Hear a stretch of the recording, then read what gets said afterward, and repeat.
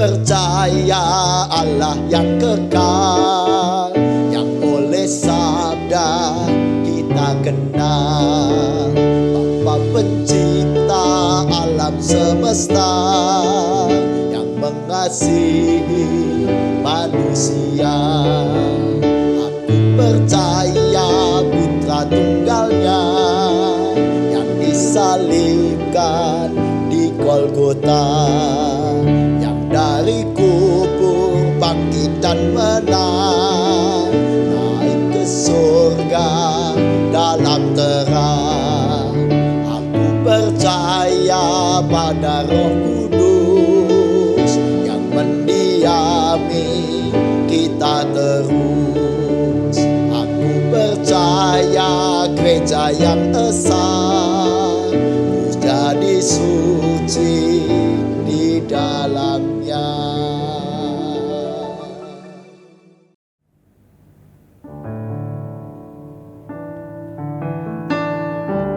Shalom saudaraku terkasih, dimanapun berada.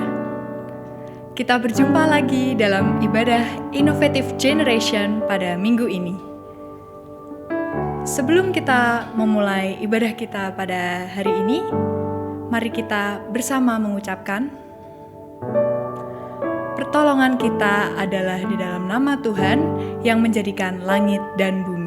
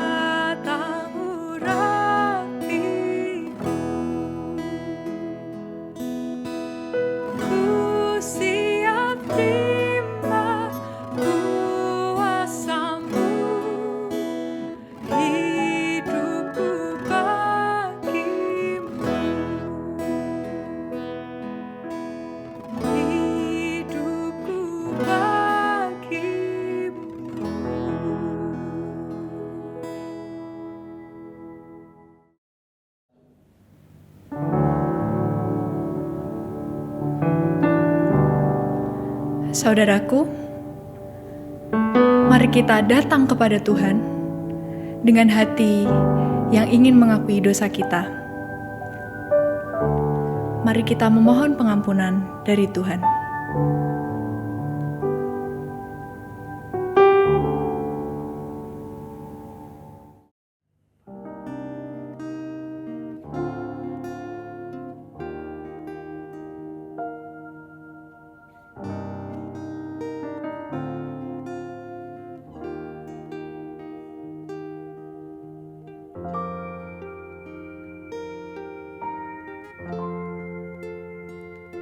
Selidiki aku, lihat hatiku, apakah ku sungguh mengasihimu, Yesus, Kau yang Maha Tahu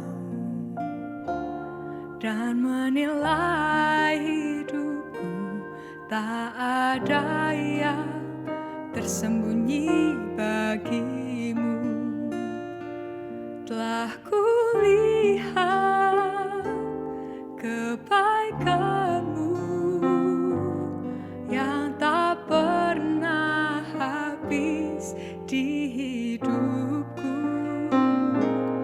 Ku berjuang sampai akhirnya Kau dapati aku tetap setia.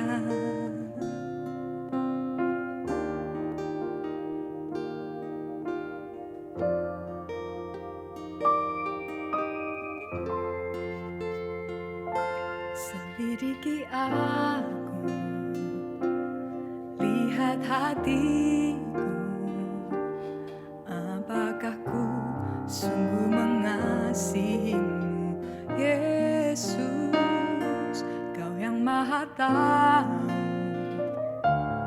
dan menilai hidupku, tak ada yang tersembunyi bagimu. Telah kulihat kebaikan-Mu yang tak pernah habis di hidupku. Ku berjuang sampai akhirnya Kau dapati aku tetap setia.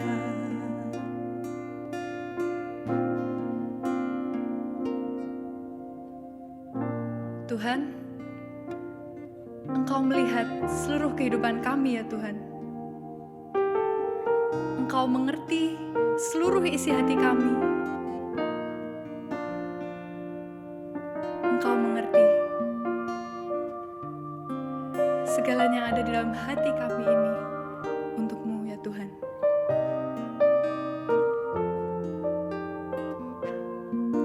Tuhan, terima kasih atas segala berkat dan juga pengampunan-Mu dalam kehidupan kami ya Tuhan. Kami akan tetap setia dan berjuang sampai akhir. Telah kulihat kebaikan-Mu yang tak pernah habis di hidupku. Ku berjuang sampai akhirnya Kau dapati aku tetap setia. Tuhan, dengarkanlah kami dan ampunilah kami. Amin.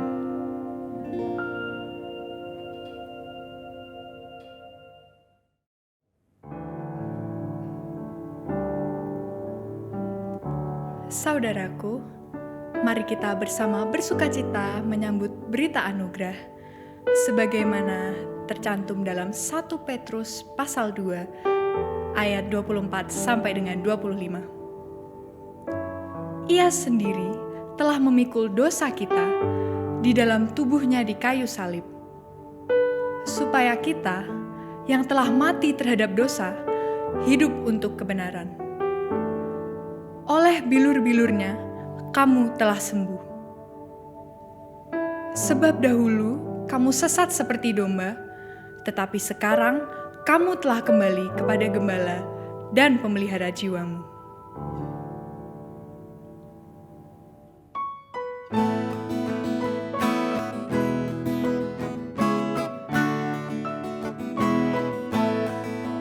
Datanglah Yesus berrahmat, selaraskan hatiku, menyanyikan kasih selamat yang tak kunjung berhenti.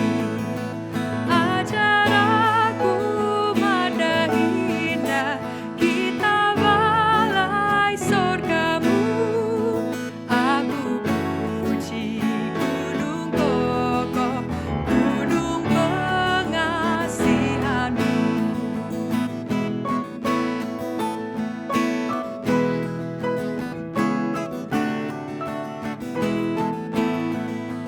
Hingga kini ku selamat dengan kuat yang kau beri. Ku harapkan akan dapat sampai di negeri seri. Yesus cari akan daku, domba binal yang sesat, untuk membela diriku, dipikulnya salib berat.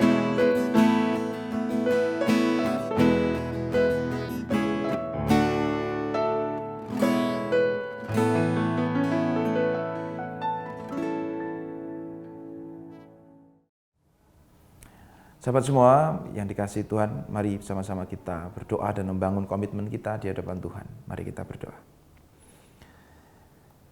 Kami berterima kasih, ya Allah, karena Engkau mengizinkan kami belajar dari firman-Mu. Ampuni kami jika kami seringkali berelasi dengan sesama kami hanya dengan sudut pandang, pemikiran, tujuan, untung dan rugi. Kami sering menjadikan sesama kami hanya sebagai alat bagi kepentingan, kesenangan, dan kepuasan kami. Ampunilah kesalahan kami, ya Allah, dan mampukan kami untuk membangun relasi yang setara. Mampukan kami untuk menempatkan sesama kami sebagai sesama ciptaan-Mu, sebagai sesama manusia bagi kami yang harus senantiasa kami kasihi, dan kami harus senantiasa membangun kasih yang setara dengan sesama kami. Tolonglah kami untuk bisa mewujudkan kasih-Mu yang setara itu bersama-sama dengan orang di sekitar kami, dan biarlah melalui kasih yang setara, relasi yang setara yang kami bangun, kami merasakan kehadiran-Mu di tengah-tengah kehidupan kami. Tolonglah kami, kuatkanlah kami dalam perjuangan kami untuk melakukan kehendak-Mu di dalam kasih-Mu, Kristus Tuhan kami. Kami berdoa, kami mohon pertolongan-Mu, dan kami membangun komitmen kami. Amin. Halo sahabat-sahabat semua yang dikasihi Tuhan Yesus Kristus, apa kabar? Semoga sehat selalu, semoga senantiasa bersemangat dalam segala situasi. Cemungut guys! Ketemu lagi dengan saya, Pendeta Eko Iswanto dari GKJ Medari Sleman. Kali ini akan mengantarkan kita semua untuk merenungkan firman Tuhan pada saat ini. Nah, saudara-saudara, sebelum kita mencoba untuk merenungkan firman Tuhan saat ini, saya mau tanya pengalaman kita masing-masing. Tentu kita sudah pernah menyatakan cinta pada seseorang gitu ya. Ya mungkin, beberapa mungkin ditembak, tapi pasti sudah pernah ada yang nembak gitu ya. Nah kalau kita nembak, menyatakan cinta, I love you, aku mencintaimu, itu kan responnya ya dua ya, satu diterima atau ditolak gitu. Atau mungkin tunggu juga ya, nggak langsung dijawab, tapi pasti muaranya akan diterima atau ditolak gitu. Nah kalau diterima sih oke, kemudian jalan bareng, jadian, main kemana, makan-makan, wah gitu ya. Terus resmi jadi pacarnya, lalu bahagia. Nah yang menyedihkan tentu kalau ditolak gitu ya. Kalau ditolak itu kan pasti sedih, wong tidak sesuai harapan. Kalau saya menyatakan cinta, kita menyatakan cinta pada seseorang, harapannya kan diterima. Kalau ditolak, nah itu nggak sesuai harapan. Nah saya mau mengajak kita untuk melihat respon orang yang ditolak cintanya. Yang pertama biasanya responnya mungkin meskipun sakit, kecewa, tapi ya sudah, mau gimana lagi. Ya udah nggak apa-apa gitu. Saya jadi ingat lagunya After Sign. Lagunya gini, yo wis rapopo rasa diketuni, Cukup aku ngerti perjuanganku, dadi esemu neng uripmu. Sak jembar ya gitu. Jadi responnya bisa saja, oke nggak apa-apa. Ya saya suka dia tapi dia nggak suka saya, it's okay nggak apa-apa. Tapi yang kedua biasanya responnya lalu ada perasaan tidak terima. Loh, wah saya cinta kamu tapi kok kamu nggak menerima cintaku, aku cinta kamu malah kamu mencinta dia, cinta orang lain. Nah yang kedua ini bisa kemudian membuat kita merasa sakit hatinya terlalu dalam, sakit hati banget. Kemudian cinta yang tadi membuncah luar biasa bisa menjadi benci. Nah benci yang terus hinggap bahkan semakin lama semakin besar bisa kemudian menjadi dendam. Dan dendam itu bisa jadi menumbuhkan komitmen. Wah, komitmennya tapi elek. Komitmennya bisa saja, wah meskipun aku tidak bisa bersamamu, aku tidak akan membiarkanmu bahagia. Loh, bisa saja seperti itu. Nah, sahabat semua yang dikasihi Tuhan, saya mau ngajak kita untuk melihat yang kedua. Jadi yang kedua ini kan agak aneh ya kalau kita mau jujur. Cinta yang luar biasa bisa berubah menjadi bencinya tidak karuan. Bencinya bisa juga luar biasa, bahkan kadarnya bisa melebihi kadar cintanya tadi menjadi sangat benci, sangat dendam, dan bahkan bertekad untuk jangan sampai dia bahagia. Kenapa bisa begitu? Karena orang yang mencintai lalu ketika ditolak bisa menjadi benci, itu karena sebenarnya yang dia pikirkan bukan orang yang dia cintai, tapi dirinya sendiri, pusatnya dirinya sendiri. Jadi dia menembak, dia menyatakan cinta, harapannya cintanya diterima. Kalau ditolak, jangan macam-macam. Nah sahabat-sahabat semua yang dikasihi oleh Tuhan Yesus Kristus, kita mau mencoba melihat pada hari ini temanya Aido, aku dan engkau. Bagaimana kita berelasi dengan orang lain. Bagaimana kita menempatkan sesama kita manusia yang hidup bersama-sama dengan kita. Bagaimana cara kita berelasi dengan dia. Nah mari kita sama-sama belajar dari firman Tuhan pada hari ini yang terambil dari Lukas pasal 10 ayat 25 sampai ayat 37. Lukas pasal 10 ayat 25 sampai 37. Saya bacakan untuk kita semua. Pada suatu kali berdirilah seorang ahli Taurat untuk mencobai Yesus. Katanya, "Guru, apa yang harus kuperbuat untuk memperoleh hidup yang kekal?" Jawab Yesus kepadanya, "Apa yang tertulis dalam hukum Taurat? Apa yang kau baca di sana?" Jawab orang itu, "Kasihilah Tuhan Allahmu dengan segenap hatimu dan dengan segenap jiwamu dan dengan segenap kekuatanmu dan dengan segenap akal budimu, dan kasihilah sesamamu manusia seperti dirimu sendiri." Kata Yesus kepadanya, "Jawabmu itu benar, perbuatlah demikian, maka engkau akan hidup." Tetapi untuk membenarkan dirinya, orang itu berkata kepada Yesus, "Dan siapakah sesamaku manusia?" Jawab Yesus, "Adalah seorang yang turun dari Yerusalem ke Yeriko. Ia jatuh ke tangan penyamun-penyamun yang bukan saja merampoknya habis-habisan, tetapi yang juga memukulnya, dan yang sesudah itu pergi meninggalkannya setengah mati. Kebetulan ada seorang imam turun melalui jalan itu. Ia melihat orang itu, tetapi ia melewatinya dari seberang jalan. Demikian juga seorang Lewi datang ke tempat itu. Ketika ia melihat orang itu, ia melewatinya dari seberang jalan. Lalu datang seorang Samaria yang sedang dalam perjalanan ke tempat itu, dan ketika ia melihat orang itu, tergeraklah hatinya oleh belas kasihan. Ia pergi kepadanya lalu membalut luka-lukanya. Sesudah ia menyiraminya dengan minyak dan anggur. Kemudian ia menaikkan orang itu ke atas keledai tunggangannya sendiri, lalu membawanya ke tempat penginapan dan merawatnya. Keesokan harinya ia menyerahkan 2 dinar kepada pemilik penginapan itu. Katanya, "Rawatlah dia, dan jika kau belanjakan lebih dari ini, aku akan menggantinya waktu aku kembali." Siapakah di antara ketiga orang ini menurut pendapatmu adalah sesama manusia dari orang yang jatuh ke tangan penyamun itu? Jawab orang itu, "Orang yang telah menunjukkan belas kasihan kepadanya." Kata Yesus kepadanya, "Pergilah dan perbuatlah demikian." Demikian firman Tuhan, yang berbahagia setiap kita yang menerima dan melakukannya dalam hidup kita sehari-hari. Guys, aku mau ajak kalian semua, sahabat-sahabatku semua, untuk melihat teks yang tadi kita baca dari perspektif yang diajarkan oleh Martin Buber. Jadi Martin Buber itu dia teolog sekaligus filsuf sekaligus teolog gitu. Memang agak susah mengkategorikan Martin Buber ini termasuk filsuf atau teolog atau keduanya, atau juga dia punya concern di bidang yang lain. Tapi paling tidak kita bisa belajar dari pemikirannya tentang relasi antar manusia. Setidaknya Martin Buber mengajarkan kita dua hal, dan ini menurut saya relate banget dengan teks kita hari ini. Yang pertama adalah satu, manusia memang sering tergoda untuk memperlakukan sesama manusia itu hanya sebagai benda, sebagai instrumen, sebagai alat bagi dia untuk memperoleh keuntungan. Dia berelasi dengan sesama manusia hanya sejauh mana manusia itu menguntungkan bagi dia. Jadi itu yang pertama. Nah, kalau kita coba lihat tadi ya, teks yang sudah kita baca. Orang Yahudi yang turun dari Yerusalem ke Yeriko itu kan dia tentunya bayangannya dibawa barang banyak gitu ya. Lalu ada para penyamun, perampok. Nah, perampok ini dia mendekati orang itu tadi dengan perspektif sejauh mana dia menguntungkan bagi saya. Nah, akhirnya dia dirampok gitu. Lalu dianiaya. Bagi penyamun ini ya mangsa nih, sasaran empuk nih supaya saya mendapat keuntungan. Lalu setelah itu datanglah seorang imam dan seorang Lewi. Dia melihat orang Yahudi yang tergeletak setengah mati itu, tapi mereka tidak mau menolong. Karena bagi kedua orang itu, orang Yahudi yang tergeletak tadi juga tidak menguntungkan bagi dirinya.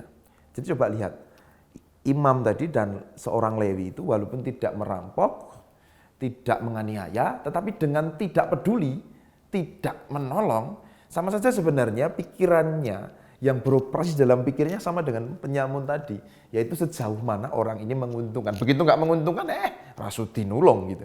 Nah, jadi guys, sahabat semua, kali ini saya mau mengajarkan yang mudah-mudah aja, dua hal aja. Yang pertama, apa yang harus kita hindari, gitu ya. Dari pemikiran Martin Buber tadi, lalu kita pakai untuk melihat teks ini. Yang pertama adalah hindari pikiran-pikiran instrumental, hindari pikiran-pikiran yang hanya sekedar menempatkan manusia sebagai alat bagimu, yang hanya menempatkan sesamamu sebagai sarana bagimu untuk memperoleh keuntungan, benefit apapun bentuknya. Tidak harus finansial ya. Kadang-kala keuntungannya bisa hanya sekedar supaya membuat saya senang.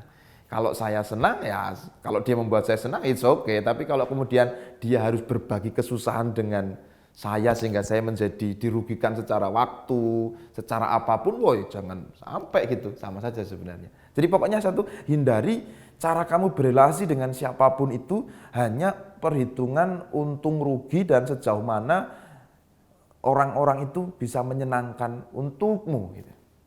Nah, sahabat-sahabat, ini bisa jadi terjadi di tengah keluarga juga mungkin. Kalau misalnya ada seorang anak yang lalu dia memaksa orang tuanya untuk membelikan sesuatu, misalnya beli motor harus ini, wah, pokoknya motornya harus ini, kalau enggak mau gitu. Outfitnya, tampilan outfitnya harus ini, bajunya harus ini gitu ya. Make upnya, kosmetiknya harus ini, hidungku harus dibuat lebih mancung gitu. Bukan nose in hidung masuk. Ini harus dioperasi ini gitu. Kalau enggak mau. Ini kan orang tua tugasnya untuk membuat saya bisa tampil menarik gitu. Nah, kemudian kan orang tua semacam menjadi alat pemenuh kebutuhan kita aja gitu. Lalu orang tuanya nggak bisa menuhin, terus oke. Orang tua nggak bisa penuhin, aku kerja sendiri. Wah, akhirnya dia bisnis lah kecil-kecilan. Berhasil tuh. Ketika orang tuanya butuh pertolongan, terus dia bilang, loh kemarin bapak ibu ketika aku butuh pertolongan nggak bantu aku apa-apa. Ini kerja-kerjaku sendiri. Sekarang bapak sakit kok minta aku misalnya. Sekarang bapak butuh renovasi teras, kok terus kode-kode aku gitu. Nah jadi sebenarnya anak ini berelasi dengan orang tuanya sekedar sejauh mana orang tuanya menguntungkan bagi dia.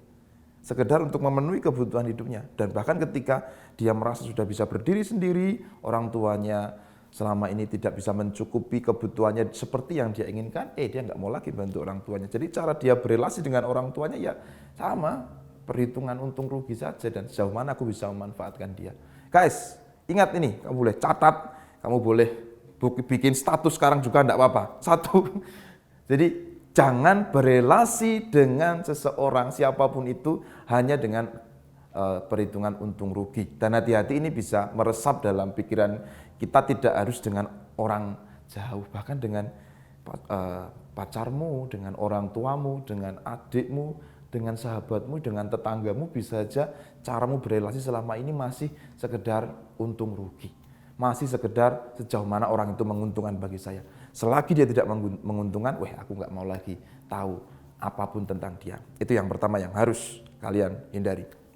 Kemudian yang kedua, apa yang harus kalian lakukan, apa yang harus kalian kembangkan. Yang harus kalian kembangkan adalah sama seperti yang tadi dilakukan oleh orang Samaria. Orang Yahudi sama orang Samaria kalian tahu mereka itu bermusuhan. Mereka itu tidak bisa akur. Dan tidak ada sejarahnya orang Yahudi sama orang Samaria itu kemudian mau duduk bersama, bahkan mau saling menolong begitu. Itu menjadi sesuatu yang sangat langka. Dan Yesus justru menjawab pertanyaan dari seorang ahli Taurat tadi dengan mengatakan sebuah contoh bagaimana orang Samaria yang selama ini dimusuhi oleh orang Yahudi justru menolong orang Yahudi yang tadi tergeletak karena dirampok. Dan menariknya adalah di ayat 33, lalu datang seorang Samaria yang sedang dalam perjalanan ke tempat itu, dan ketika ia melihat orang itu tergeraklah hatinya oleh belas kasihan. Tergeraklah hatinya oleh belas kasihan itu bahasanya itu splagnisomai. Jadi ada dorongan dari dalam hatinya yang membuat dia tergerak untuk menolong. Jadi hatinya tergerak, ada energi untuk berelasi dengan yang lain. Jadi sahabat semua, kalau yang tadi, yang pertama, cara kita berelasi dengan orang lain itu kalau hanya sekedar sejauh mana dia menguntungkan saya, sejauh mana dia memberi benefit, sejauh mana dia memberi akses, sejauh mana dia bisa menyenangkan saya, maka sebenarnya pusatnya tetap diri saya. Seperti tadi, ketika saya menembak seseorang, I love you, harapannya you love me juga. Kalau enggak, jotos awas jangan sampai kamu bahagia. Pusatnya diri. Tapi beda dengan yang kedua yang disampaikan oleh Martin Buber adalah berelasi aku dengan engkau. Jadi kita berelasi secara setara, memperlakukan sama kita sebagai sebuah pribadi yang sama dengan kita. Sehingga ada dorongan dari diri kita untuk berelasi.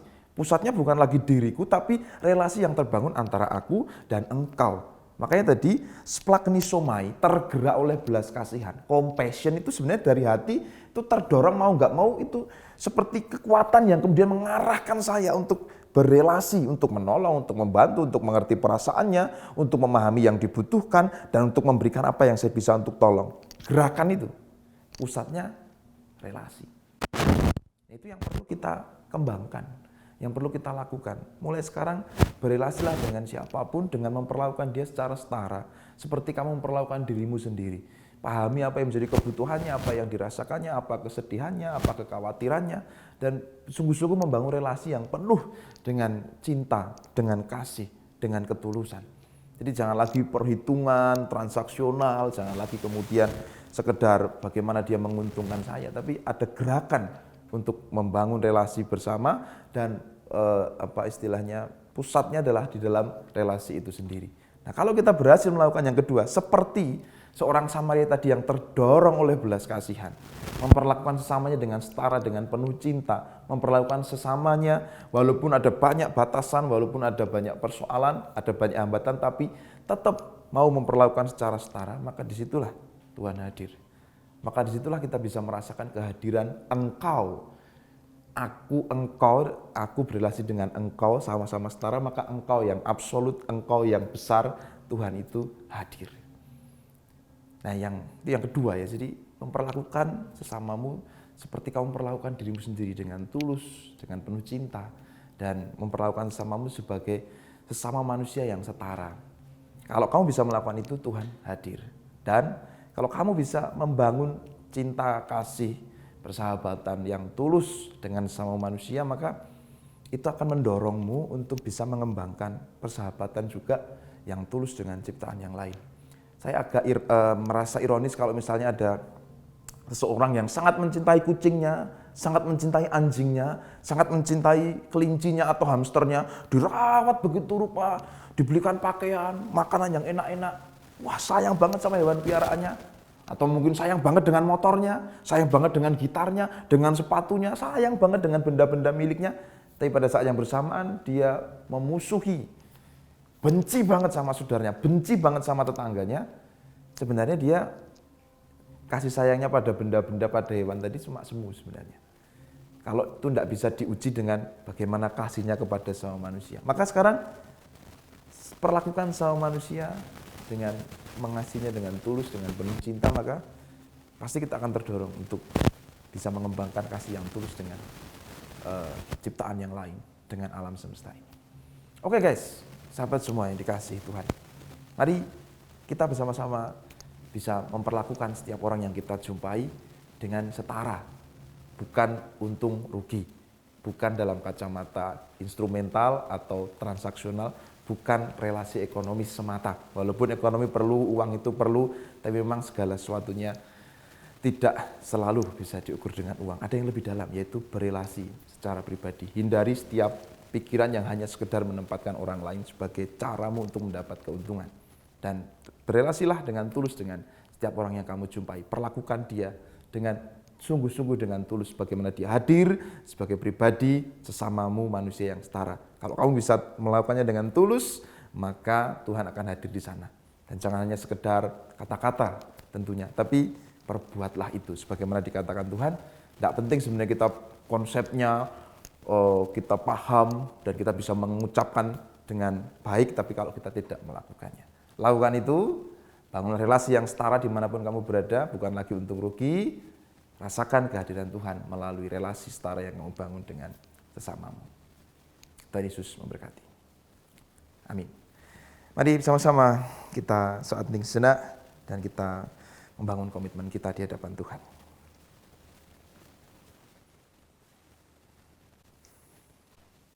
Kami bersyukur ya Allah atas firman-Mu, Engkau mengajar kami, Engkau menolong kami melalui kisah yang telah kami baca dalam firman-Mu.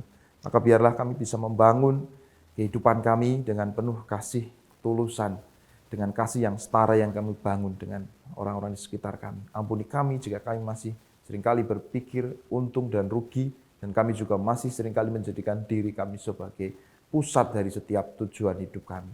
Ampuni kami jika kami sering memandang manusia di sekitar kami, sesama kami, tidak sebagaimana mestinya dan hanya sebagai alat bagi kepentingan kami. Kami ingin membangun relasi yang setara dengan orang-orang di sekitar kami, dan kami ingin merasakan kehadiran-Mu melalui relasi yang kami bangun dengan penuh cinta, dengan penuh kasih dan ketulusan dengan orang-orang di sekitar kami. Maka biarlah ya Allah kami mampu membangun relasi itu, relasi yang setara, dan kami mampu merasakan kehadiran dalam relasi yang kami bangun dengan sesama kami. Kami berkomitmen untuk mewujudkan kehendak-Mu dan melakukan firman-Mu. Tolong dan sempurnakanlah perjuangan kami dalam mengerjakan firman-Mu. Dalam kasih-Mu Kristus, Tuhan Juru Selamat kami berdoa dan memohon. Amin. Mari kita bersama-sama berdoa, syafaat kita, dan kita berdoa juga untuk persembahan kita. Mari kita berdoa. Bapa dalam surga, terima kasih Tuhan. Pada saat ini kami menaikkan doa-doa syafaat kami. Secara khusus Tuhan kami berdoa, kami mau bersyukur untuk pelaksanaan mudik lebaran yang dilakukan oleh masyarakat bangsa Indonesia Tuhan. Kiranya Tuhan memberkati sehingga di dalam pelaksanaan mudik lebaran boleh berjalan dengan lancar, tidak ada halangan, tidak ada rintangan Tuhan. Dan terlebih daripada itu, kiranya masyarakat yang mudik boleh kembali ke tempat asal dan kembali lagi untuk perjalanan balik dengan selamat. Begitu juga Tuhan, jagai kesehatan, jagai juga untuk pengendalian virus corona ini Tuhan. Kiranya tidak menjadi booming kembali, tidak menjadi meledak kembali, tapi kiranya semuanya boleh terkendali dengan baik. Dan Tuhan berkati sehingga selesai mudik lebaran ini, masyarakat kami, masyarakat Indonesia boleh kembali normal seperti sedia kala. Begitu juga kami berdoa Tuhan untuk pelayanan di gereja kami, pelayanan di tempat-tempat yang kami lakukan Tuhan. Kiranya Tuhan memberkati, itu juga menjadi berkat bagi banyak orang. Kami juga terus mendoakan semua pergumulan kami Tuhan, pergumulan ekonomi, pergumulan rumah tangga, pergumulan studi kami Tuhan, maupun pasangan hidup yang dinantikan Tuhan. Kiranya pergumulan kami ini juga Tuhan jawab dengan pertolongan yang daripada-Mu. Demikian juga untuk anak-anak kami yang sedang sekolah Tuhan. Kiranya Tuhan memberkati di dalam mereka menyelesaikan studinya, di dalam mereka menyelesaikan tugas-tugas di sekolahnya. Karena mereka saat ini sudah mulai dengan sekolah tatap muka secara langsung, kiranya Tuhan memberkati dan Tuhan menjagai kesehatan mereka. Terima kasih Tuhan, kami menyerahkan semua juga untuk persembahan yang kami kumpulkan, kiranya boleh menjadi berkat bagi banyak orang. Berkati di dalam kami mempersembahkan, kiranya bukan hanya harta kami, uang kami, tetapi kiranya seluruh hidup kami boleh kami persembahkan untuk kemuliaan nama Tuhan. Terima kasih Tuhan Yesus, kami menyerahkan doa kami ini di dalam nama Putra Tunggal-Mu, Juru Selamat kami yang sejati. Terima kasih Tuhan Yesus. Amin.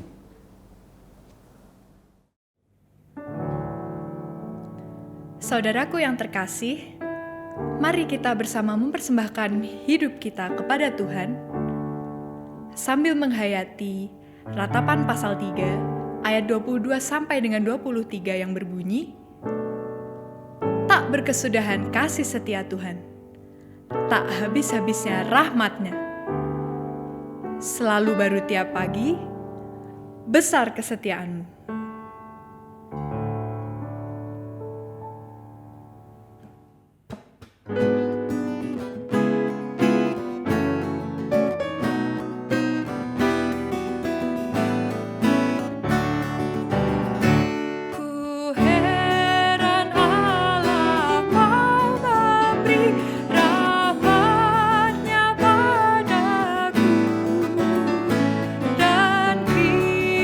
Sudah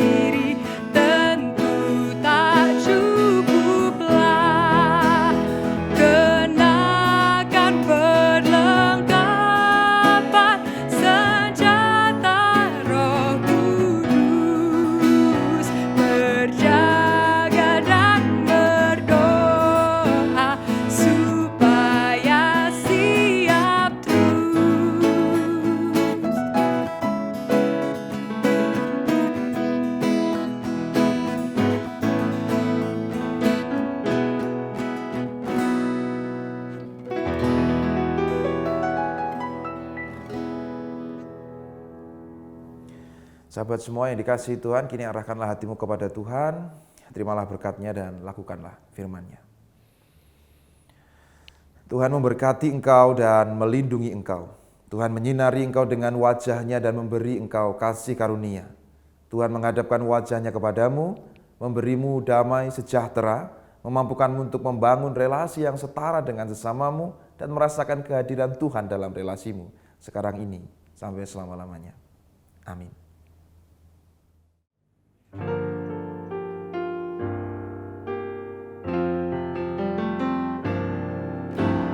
Haleluya, amin. Haleluya, amin. Haleluya,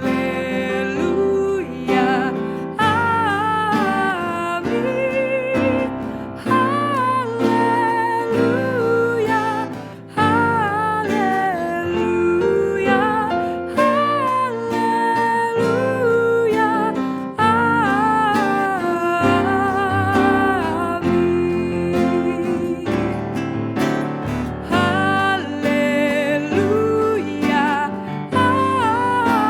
amin.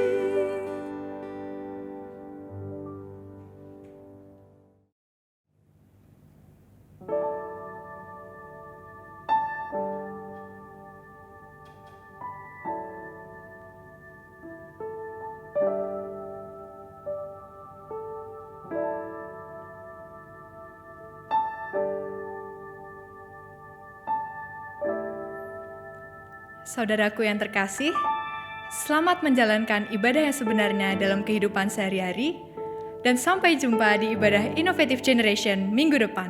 Tuhan Yesus memberkati.